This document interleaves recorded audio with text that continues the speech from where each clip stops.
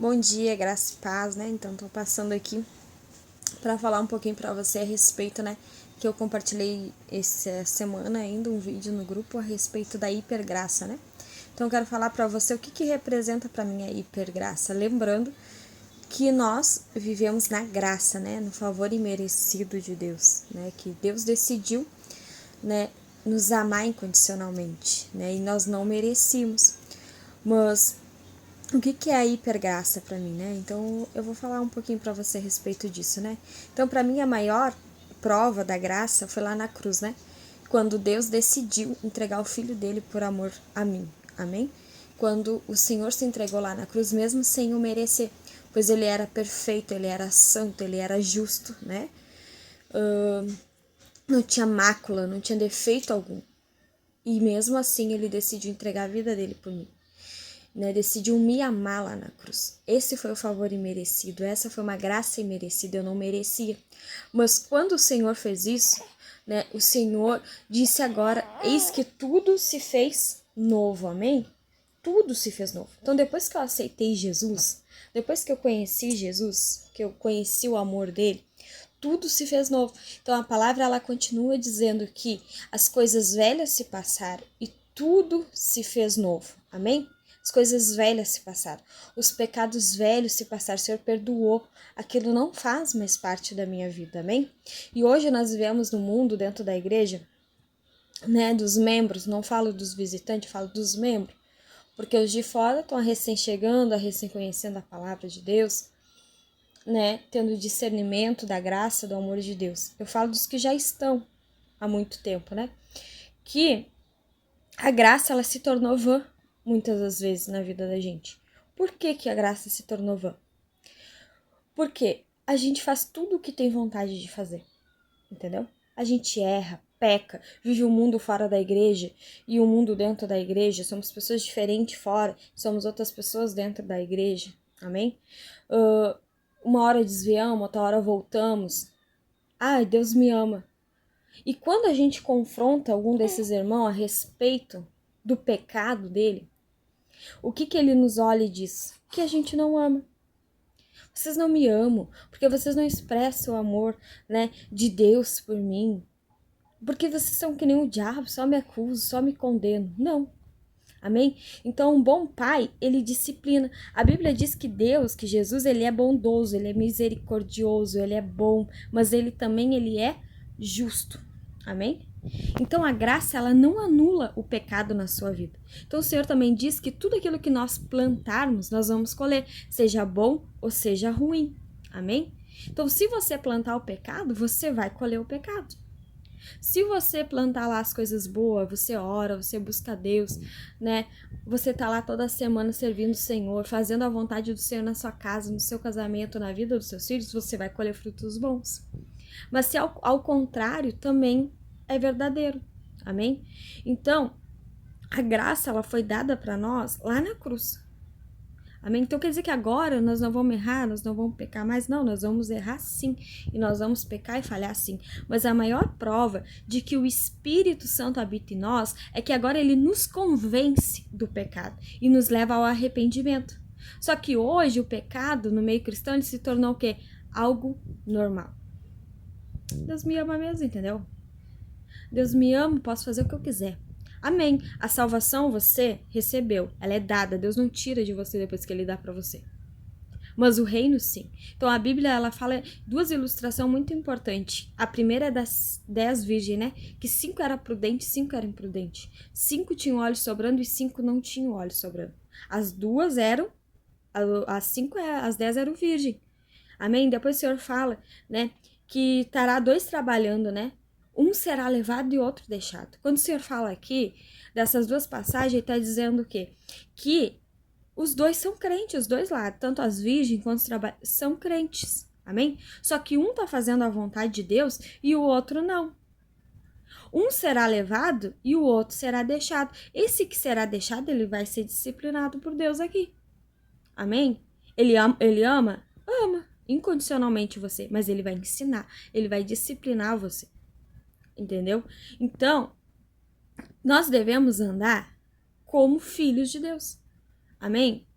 expressando a glória e a imagem de Deus. Foi para isso que nós somos chamados, para expressar a glória de Deus, tá? Deus, ele continua ali, né, derramando graça e favor sobre a sua vida, sim. Quanto mais você tá no caminho de Deus, que você vai lá e ora, se ajoelha e declara: Senhor, eu não consigo vencer esse pecado, né? Eu tenho dificuldade em orar. Quando você se quebrando, se humilha diante de Deus, o Senhor vem, te exalta, ele vem, derrama graça, derrama um favor sobre a sua vida. Amém? Mas você está nos pés do Senhor, você busca ao Senhor.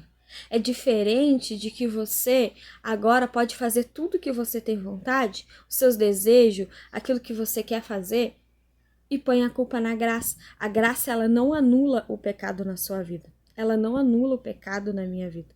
Nós vamos responder, né? Então o Senhor diz que tudo se passou e tudo se fez novo. Amém? Os pecados antigos foram esquecidos. Amém? O Senhor apagou. Só que agora a gente vai dar conta do que a gente faz da nossa vida a partir de agora. Então, uma coisa é você não ter revelação da palavra. Outra coisa é você ter revelação da palavra e querer andar na sua revelação. Amém? Aí o peso é muito maior. Então, que nós estejamos sensível, amém? Ao Espírito de Deus. Amém? A graça, ela não anula o pecado na sua vida, ela não anula o pecado na minha vida, e não é porque eu estou na graça, debaixo do amor de Deus, né, que ele me ama incondicionalmente, que eu posso sair e matar, que eu posso sair e trair meu esposo, que eu posso sair e fazer coisas que não devo fazer. Afinal, eu vou voltar, Deus me ama mesmo, né?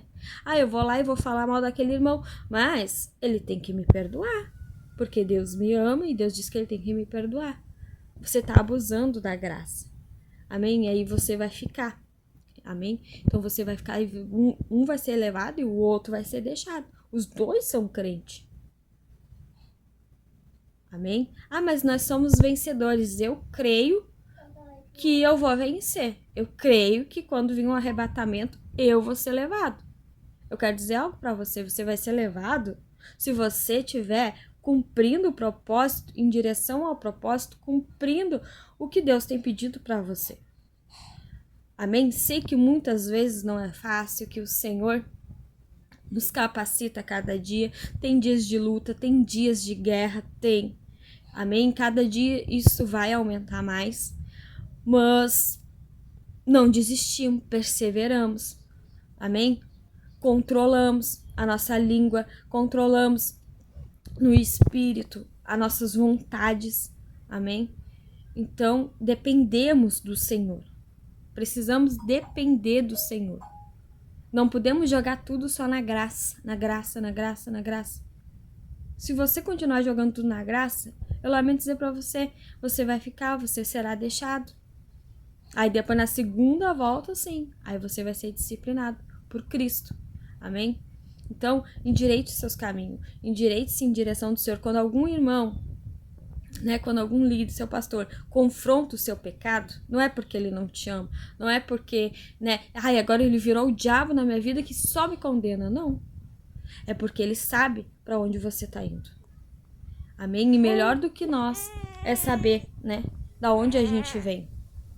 Eu não quero voltar da onde eu vim. Amém? Eu sei o que o Senhor fez na minha vida hoje.